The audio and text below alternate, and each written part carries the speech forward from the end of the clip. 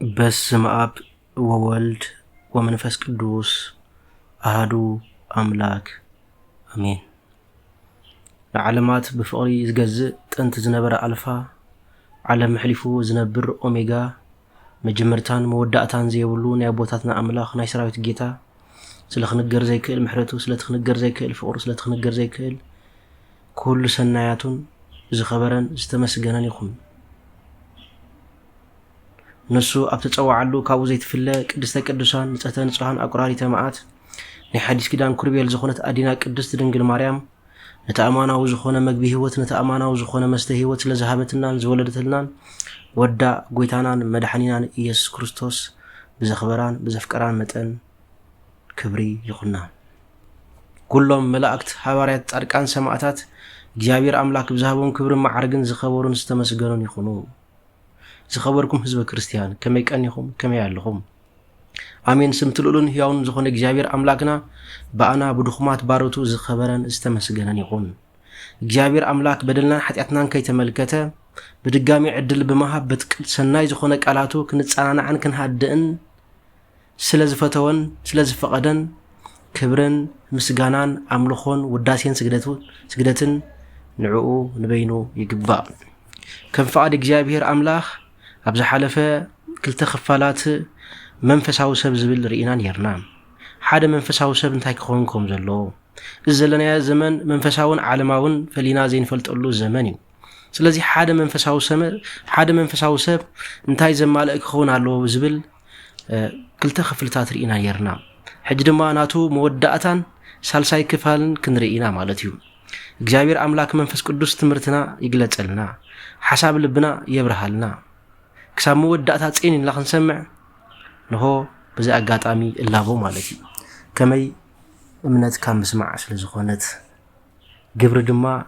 ካብ እምነት ስለተፈልፈል ማለት እዩ። ስለዚ ነቲ ዝሰምዓናዮ ብእምነት መታን ክንዓጽሎ ብግብሪ መታን ክንዓጽሎ ነሆ ኣዚና ሰማዓት ክንከውን ይግባአና፣ ኣብ ምስማዕና ጥንቁቃት ክንከውን ይግባአና። ስለዚ ኣብ ዝሓለፈ ክፋላትና ኣብ ቀዳማይን ካልኣይን 5 ነጥብታት ርኢና ነርና። እቲ ቀዳማይ ሓደ መንፈሳዊ ሰብ ለዋህን ጥበበኛን ክኸውን ይግባእ፣ ለዋሃትን ጥበብን ዘማልእ ክኸውን ይግባእ ኢልና ነርና። ሓደ መንፈሳዊ ሰብ ለዋህ ጥራይ ክኸውን የብሉን፣ ጥበበኛውን ጥራይ ክኸውን የብሉን። እንታይ ዳ ንኽልቲኦም ነገራት ዘማልእ ክኸውን ይግባኦ። ብለውሃት ንዝኽየድ ነገር ብለውሃት፣ ብጥበብ ንዝኽየድ ነገር ካ ብጥበብ እንዳገበረ ኣብዚ ዓለም እዚኣ ክነብር ይግባኦ ማለት እዩ። ስለዚ ሓደ መንፈሳዊ ሰብ ይዝበሃል ለውሃትን ጥበብን ዘማልእን ሰብ ማለት እዩ። እቲ ካልኣይ ካ ቸርነትን ብርትዕን ዝብል እዩ። ቸር ማለት መብዛሕትኡ ግዜ ንእግዚአብሔር አምላክ ኳን ገልጸሉ ቃል እንተኾነ ግና እግዚአብሔር አምላክ ብባህሪኡ ቸር እዩ፣ ብባህሪኡ ሄር እግዚአብሔር አምላክና ደቂ ሰባት ካ ብጸጋ ሕያወት ኢና፣ ብጸጋ ብሩኻት ኢና። ስለዚ ሓደ ሰብ ቸርነትን ብርትዕን ክህልዎ ክኽእል ኣለዎ።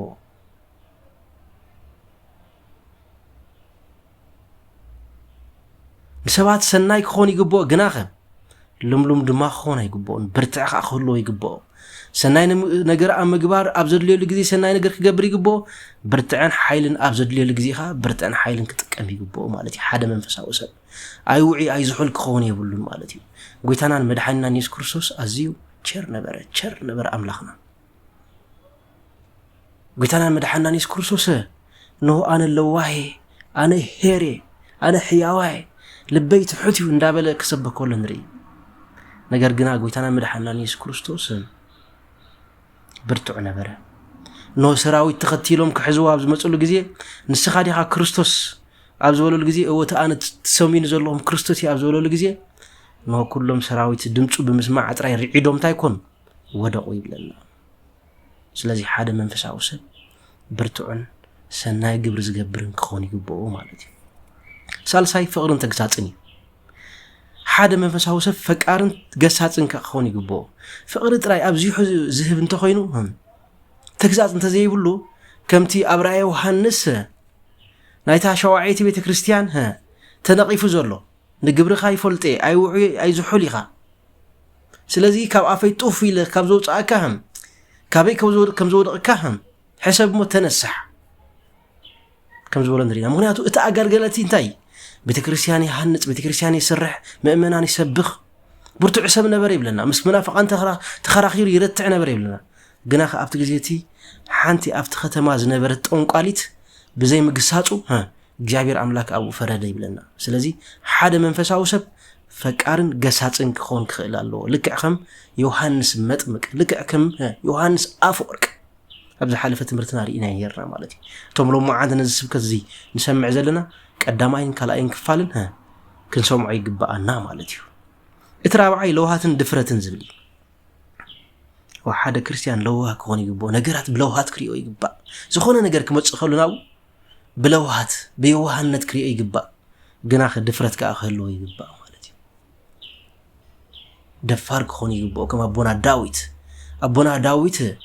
ንሆ ንሕዋቱ ስንቅ ከብጽሓሎም ኣብ ዝኸደሉ ግዜ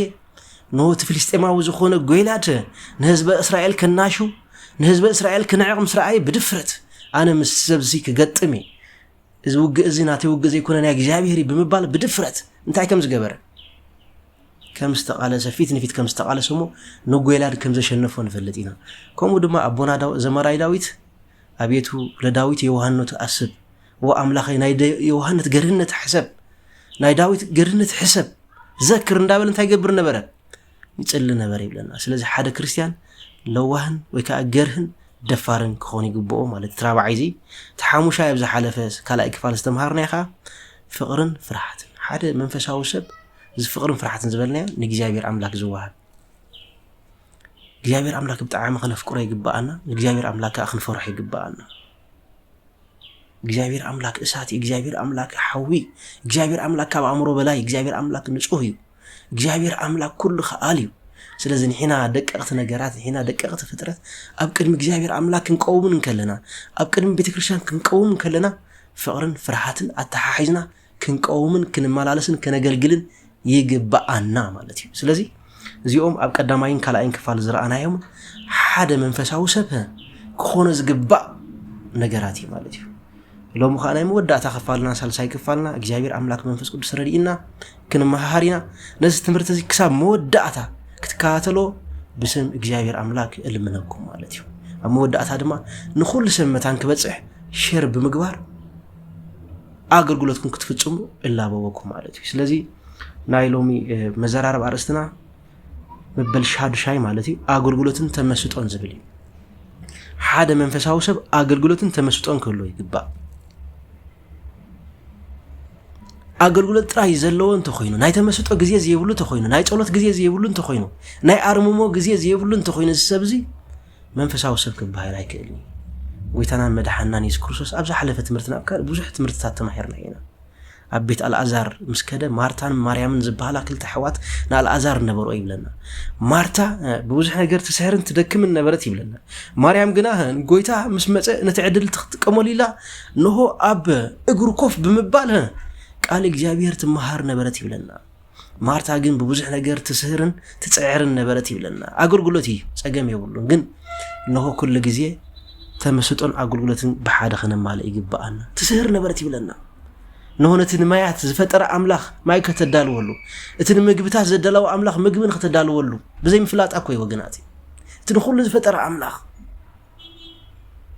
ሰውን ከይተረፈ ዝፈጠረ አምላኽ ምግብን ከተዳልወሉ ትጽዕር ነበረት ይብለና ኣብ ሰዓት ድማ ደኺሞ ጎይታይ ንሆ ማርያም ሓፍተይ መጽያስ ንኽትሕግዘን ዶ ግደይ ይብልካኒ ብምባል ሓተተቶ ይብለና ጎይታና መድሓናን ኢየሱስ ክርስቶስ ዝመለሰላ ነገር እንተ ነይሩ ማርታ ማርታ ወላዳ አገልግሎታ አይንቀፍ ብለና ማርታ ማርታ ንስኺ በብዙሕ ነገር ትደኽምን ትስህርን ኣለኺ ይልዋ ነገር ግን ማርያም ማንም ክምንዝዓ ዘይክእል ሓደ ሰናይ ነገር ሓርያላ ማርያም ሃሬት መክፈልተ ሰናይ እንዘይ ሃድግዋ ማርያም ስት ማንም ክምንዝዓ ዘይክእል ሓደ ሰናይ ነገር ሓርያላ ይልዋ ኣብ ዓለም ሓደ ሰናይ ነገር ጥራይ ዘሎ ወገናቲ እሱ ድማ ቃል እግዚአብሔር አምላክ ኮፊልካ ምስማዕ ትምህርቲ እግዚአብሔር ኮፊልካ ምስማዕ ቅዳሴ መቅዳስ ጸሎት ምጽላይ ሰናይ ነገር ዝባል እዚ ኣብ ዓለም ወገናቲ ቤተክርስቲያንና ካብ ዝሃበትና ሰናይ ነገር ቃል እግዚአብሔር አምላክ ምስማዕ ስለዚ እንታይ ያኽብል ደሊ ሓደ መንፈሳዊ ሰብ ተመስጦን አገልግሎትን ዘለዎ ክኾን ይግባእ ማለት እዩ መንፈሳዊ ሰብ ቅድሚ እግዚአብሔር አምላክ بملء لبو بملء حيلو كغلغلو يغبا مالتي بملء غزيو كغلغلو يغبا ነገር ግን በአንጻሩ ናይ ጸሎትን ተመስጦን ትምርትን ጊዜ ጽሞናን ከክህሎ ይግባእ ማለት እዩ ንሕና ወንበር ብዝቀርብናሎ ቃል እግዚአብሔር ዝማሩ ሰባት ብዙሓት እዮም ወገናቲ ንሕና ትምርት ብዝሃብናዮም ነቲ ዝሃብናዮም ትምርት ተማሂሮም ኣብ ተግባር ዘውዕሉ ሰባት ብዙሓት እዮም ወገናቲ ስለዚህ ንሕና እንዳገልገልና ግናኸ ንሕና ነቲ ናይ እግዚአብሔር ነገር ዘይንነብሮ እንተ ኮይና ኣብ አገልግሎት ጥራይ ዝተጸመድና እንተ ኮይና ባኺና ከም ማርታ ክንተርፊና ማለት እዩ ስለዚህ ሓደ መንፈሳዊ ሰብ በአገልግሎትን በተመስጦን በጽሞና በአርምሞ ዝተጸምደ ኾን ይግበኦ ጎይታና መድኃናን ኢየሱስ ክርስቶስ ኣብ እስራኤል ክምህር ውዒሉ ምኑ መዓልት ክምህር ውዒሉ ወንጌል ማለት እዩ دحر ግን ምሸት ናብ ደብረ ዘይት ይኸይድ ነበር ይብለና ደብረ ዘይት ብምኻድማ ሙሉ ለይቲ ንሐዋርያት ክምህሮምን ከስተምህሮምን ከምኡን ጸሎት ገብርን ይሓድር ነበር ይብለና ክብር ምስጋና ንእግዚአብሔር አምላክ ይሁን ካብ እግዚአብሔር አምላክ ናስከን ማር አንንሳቱም ካብ ክርስቶስ ማር እስከ ኮሙኒቲ ሓለቃ አይሁድ ዝነበረ ኒቆዲሞስ ሙሉ መዓልት ክገልግል ውዒሉ ምሸት ግን ናብ ደብረ ዘይት ብምኻድ ኣብ ትሕቲ ጎይታ እንታይ ይገብር ነበር ይማሃር ነበር ይብለና ብጽሞና ጊዜ ይማሃር ነበር ይብለና ስለዚህ አገልግሎት ዝኾና ይሕዋት ካብ ዝማር ካብ ወንበር መቅራብ ካብ ከበሮ ምህራም ካብ ዝተፈላለዩ ነገራት ሓሊፍና ናይ ትምርቲ ናይ ጸሎት ናይ ተመስጦ ናይ ቁርባን ናይ ንስሐ ጊዜ ክህልወና ይግብኦ ማለት እዩ ስለዚህ ጎይታና መድኃናን ኢየሱስ ክርስቶስ ኣብ ጌቴሴማኒ ወይ ድማ ኣብ ደብረ ዘይት ብምኻድ ናይ ተመስጦ ጊዜ ይሕልፍ ነበር ይብለና ዮሐንስ ወንጌል ምዕራፍ 8 ካብ ፍቅድ 1 ከምኡኑ ዮሐንስ ወንጌል ምዕራፍ 18 ፍቅድ 1 ማለት እዩ ስለዚህ ሓደ መንፈሳዊ ሰብ ናይ አገልግሎትን ተመስጦን በሓደ አጣሚሩ ዝኸይድ ክኾን ይግብኦ ከምኡን ሐዋርያ ቅዱስ ጳውሎስ ሰለስተ ሰማያት ከም ዝበጽሐ ጽሒፍልና ኣሎ ኣብ ካልኣይ ቆሮንጦስ ምዕራፍ 12 ፍቅድ 2 ሓደ ሰብኣይ ሐዋርያ ቅዱስ ጳውሎስ ነፍስ ክገልጽ አይደለን ሓደ ሰብኣይ ናብ ሰለስተ ሰማያት ተነጥዮ ከም ዝኸደ ፈልጥ ኢሉ ግና ኣብ ሰማያት ኣብቲ ሰማያት ብስጋዲ ነይሩ ብመንፈስ ዝፈልጦ ነገር የብለይን ኢሉ ነገር ግን ኣብቲ ሰማያት ካብ ዝራእኸዎ ነገር ኢሉ ما بنسب زربا كتردو زي تخيل قوانقا سميع متي قوانقا خبلنا خلو دس زبل نجر نسبسي بزربا كتردالو زي تخيل سناي نجر رئي متيلو ስለዚህ حوات اذا تمسط ازي ወይ ከአዚ ንጥቀት እዚ ዝተረኸበ በተመስጦ ይኮፍሉን ኮሎ አቤቱ ነው እግዚአብሔር አምላክ በተመስጦ ከም ዝወሰዶ ከምቲ ነሊቁ ቅዱስ ያሬድ ነተሐሰኻ እንዳራየ ኮሎ በተመስጦ እግዚአብሔር አምላክ ነሆነታ ዑፍ እንዳራየ ኮሎ በተመስጦ እግዚአብሔር አምላክ ናብ ሰማያት ከም ዝወሰዶ ኣብ ሰማያት ድማ ሊቃውንት ቤተክርስቲያን ነው 14 ካህናተ ሰማይ ለእግዚአብሔር አምላክ ከገልግልዎ ከዓጥኑ ከዚሙ ከዘምሩ ራእይ ብለና ክብር ምስጋና ለእግዚአብሔር አምላክ ይሁን ተመስጦ ምስ እግዚአብሔር አምላክ ዘራኽብ መሳለዲ ወገናቲ ስለዚህ ኣብ መንፈሳዊ አገልግሎትና ተመስጦ ከሁሉ ይግብኦ ማለት እዩ ስለዚህ ሐዋርያ ቅዱስ ጳውሎስን አቤት ማእሰርተ ኮይኑ ብዙሕ ጊዜ መልእክታት ይጽሕፍ ነበር ክሳብ 14 መልእክታት ጽሒፉ ተመስጦ ንምንታይ ሕግዘና እንተይልና ጽሞና ንምንታይ ሕግዘና እንተይልና ንኽንጽሕፍ ንኽንብብ ጸሎት ንኽንገብር ንኽንመሃር ይጠቅመና ማለት እዩ ስለዚህ ኣብ አገልግሎትና ተመስጦ ክህሉ ይግባእ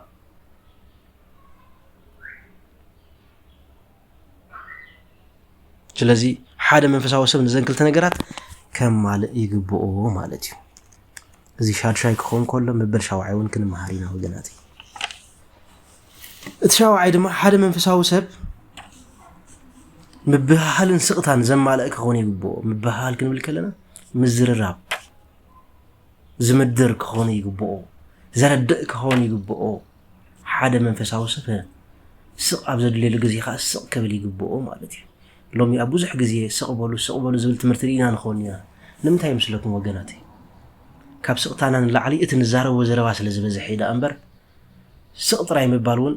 መፍትሒ ከም ዘይኮነ ቤተክርስቲያንና ትምህረና ማለት እዩ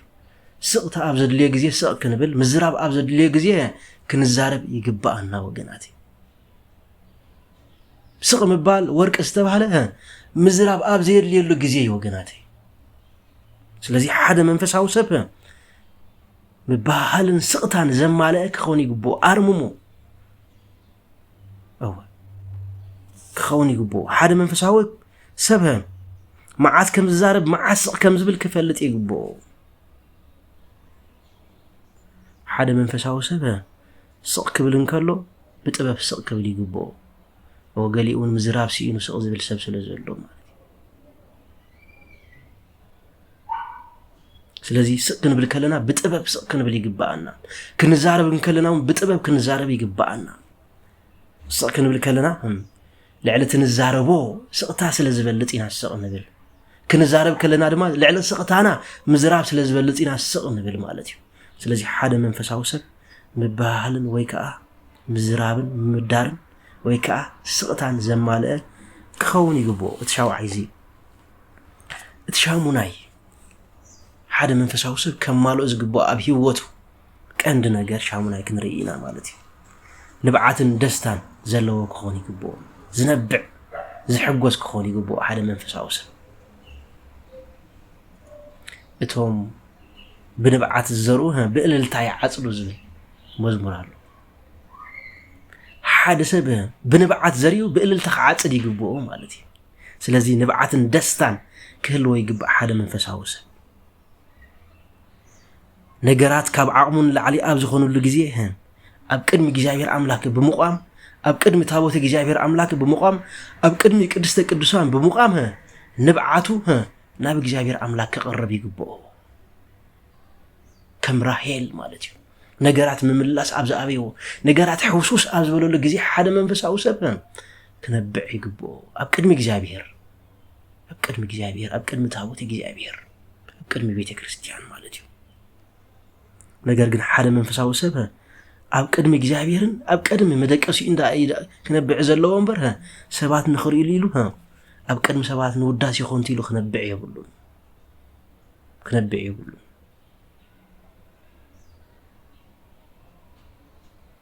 ያ ሓንቲ ደስ ትብለና ቻርልስ ቻፕሊን ኣባሃል ኣላ ኣነ ዝነብዕ ሲሉ ዝናብ ክዘንብ እንከሎ ኢሉ ምክንያቱ ክነብዕ ከለኹ ሰብ ንበዓተይ ስለ ዘይሪኦ ምስቲ ዝናብ ስለ ዝሕወስ ኢሉ ስለዚ ወገናተይ ካብ ከምዚኦም ሰባት ብዙሕ ነገር ንምሃር ኢና ርአዮም ክንነብዕ ከለና ኣብ ቅድሚ ሰባት ዘይኮነ ኣብ ቅድሚ እግዚአብሔር ኣብ ቅድሚ ታቦተ እግዚአብሔር ጽምዋ ኣብ ዝበሎ ቦታ ኣብ መደቀሲና ኣብ ሕልፍኛና ኣቲና ክንነብዕ ይግባአና ማለት እዩ ስለዚ ሓደ መንፈሳዊ ሰብ ንብዓት ኣብ ቅድሚ እግዚአብሔር ክነብዕ ይግብኦ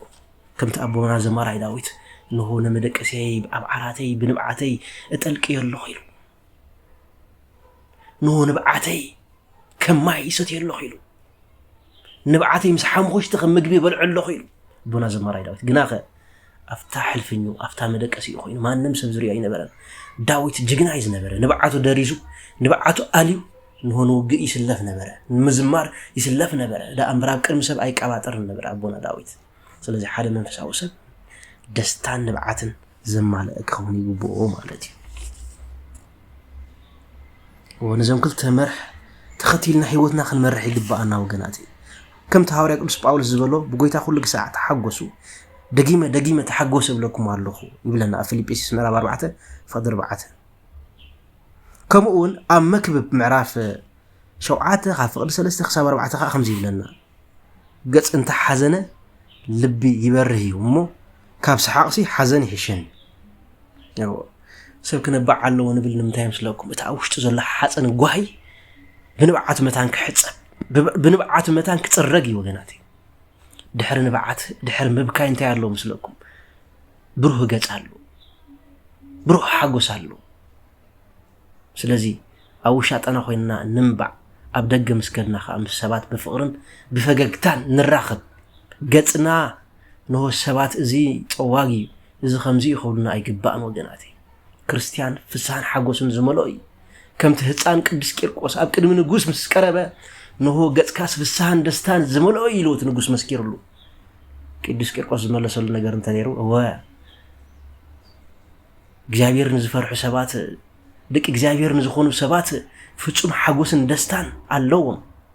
ንሆ እግዚአብሔር ኣምላክ ንዘይኣምኑ ሰባት ግና ቅንጣብ ትኾን ሓጎሱን የብሎም ስለዚ ሓጎስ ኣብ ገጽና ክንበብ ከሎ ክበርህን ከሎ ናይ ደቂ እግዚአብሔር ኣምላክ ምዃንና ምሳሌ ወገናት ኣብ ዝኸድናይ ኣይንፀወግ ኣብ ዝኸድናይ ገጽና ኣይንእሰር ኣብ ዝኸድናዮ ገጽ ሰብ ኣይንዕፀፍ ወገናት ሓጎስን ደስታን ክህልወና ይግብኦ ግና እታ ንብዓት ንብላ ዘለና ኣብ ውሻጠና أبي تكريسيان كيدنا سبب زيري إن كل مجزاير أملاك كنبعن كنبكن يجبأنا وجناتي سلازي نجس أنت حزنة لبي بريه ومو كابس حقسي حزن يحشني دجنا وردي لخ أنت هيولنا أبونا سلومون لبت بنيات أبيت حزن لب عياس دما أبيت حقوسي زلي بلنا لذي الزينات أنكوني يجبأنا بزن كل تنجرات مالتي تشعينا يمودأتان كا محرة فرد نزبل هاي لقالي حادث بنياسب محرة زلو كوني جبو كلايكا كونع فرادك كوني جبو إذا محرة فرد نزبل كابي جزاير أملاك ناينا نمهارو مالتي إذا مكلت نجرات أبي تخايدهم أبكرانيو تخايدهم وجناتي قلت أنا مدحنا يذكر سوسن نهون حتى نجار تغيرناي كونينو من حما نجرات بفردو كونينو من أي تجبر استبهال كأن نجار كتجبري بالكان ونياتو دحر فرد مقطعات سلازلو مالتي جنكا أجزاير أملاك قلت أنا مدحنا يذكر سوس محاري نتي بجزع عدانا بجزع أجمعنا زمتاني حتى الدمسيسو أبكرانيو كبر دمو كفيلنا كبر هوتو خفيلنا سلازي كاب قويتانا مدحانا نيس كروسوس المهارة لينا كروسوس أملاخنا محارن فرادني بتمحاري بتخاء فرادي فراد زبلنا نجر كأنا حتى أتوقع بقلت سلاز نجرناي هو عصب موت عصب حتى أتموتيو سلاز بلنا وقناتي نو محارن بلوخا حتى أتنام بدلنا كيرأيه كي تتعيفنا دك أيلو بمحقافو داقماي لدت بمهابو وقناتي زي محاري يبلو مالتي أمونغو محرتن أمونغو فردنجن وقناتي تقاران نقر يلن محرتو بفردو استملأيو فردو دما بمحرتو استخبي وقناتي فردو قنعيو بمحرتو دما محاري وقناتي سلازي نحاد كريستيان فردن محرتن كاب قنعنا استل على خوني قبؤو مالتي كنفرد كلنا خنول كلنا حق خنزارب كلنا نمالتي مناتو اي تفرد زلصح سلتصحف حق خنزارب كلنا هم نو كاب قنعنا استل على خوني قبؤو وفردنا كم محرستل على خوني قبؤو محرد دما خافرد استل على خوني قبؤو أفردنا تكانك هلو يقبون بهلخن بنعيد عمن فردنا جرك هلو يبلنا نبز عالم زمالتي أم حرتكنا خاء من متاع خن رئيه بلنان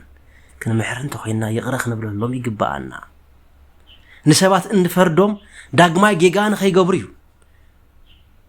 اتجيجو تأليفون خي ودقوم وخاوته محيرهم نخم اللسيو وقناتي نسبات محرت إن قبر لهم كلاتنا بدلنياتات سلزخوننا وقناتي زي بدل يلن كم تأبونا سلومون بيت مقدس أبي يرساليم كسر عن كله نعم جمرتها جزي السوا خسبكت زي بدل يلن أبز عالم زي بدل يلن وقناتي سلز نسبات محرت إن قبر لهم أنا نسخاتكمون بدلنياتات سلزخوننا እግዚአብሔር አምላክ ፍርድ ዝገብርን حقኛ ፈራድ ስለዝኾነ ናይ ባህሪ حقኛ ፈራዲዩ እግዚአብሔር አምላክ መሐር ዝኾነሉ ምክንያት ነው በባህሪው መሐር ስለዝኾነ እግዚአብሔር አምላክ ምንት ስሙ ኢልኩም ሕረናይ ወገናቲ እግዚአብሔር አምላክ ምንት አዲ ኢልኩም ሕረናይ ወገናቲ እግዚአብሔር አምላክ ምንት ቅዱሳን ኢልኩም ሕረናይ ወገናቲ እግዚአብሔር አምላክ ስሙ መሐሪ ወገናቲ እግዚአብሔር አምላክ ስሙ ይቅረ ባህሊ ወገናቲ ስለዚህ ሓደ ክርስቲያን نو محرتن فردن زمالك خوني ببؤو زبل هاي لك قال ناي مودعتا تمرتناي بأونة እግዚአብሔር أملاك موغوس هيبو እግዚአብሔር أملاك جزي هيبو እግዚአብሔር أملاك لسان هيبو እግዚአብሔር أملاك عدمن تعنان هيبو سلازي تمرتزي سلازي حقኛ تمرت زخونه نبي كريستياننا خنمهار سلازي بقعنا بأونة كبرن مسغانان أملخون وداسين سجدتن نعو يكبا نزي خنسمعو صنحنا خسمعو اليوم بزح حرر زبلون يروم نزي نريو زلنا نغرات كنري لهم استمنيو ازيوم بزحات نيروم غناخ ايرخبون وغناتي نزي سمعا نزي قال نزي سمعا اذان بوصانين نا እግዚአብሔር አምላክ ምሕረት ዝሪያ እንት አዝየን بوصانين وغناتي ስለዚህ በዚህ ተማሃርናው አዝዩ ደስ ክብለና ይግባ ነገር ግን እንታይ ከም ተማሃርና ክንፈልጥ ይግባአና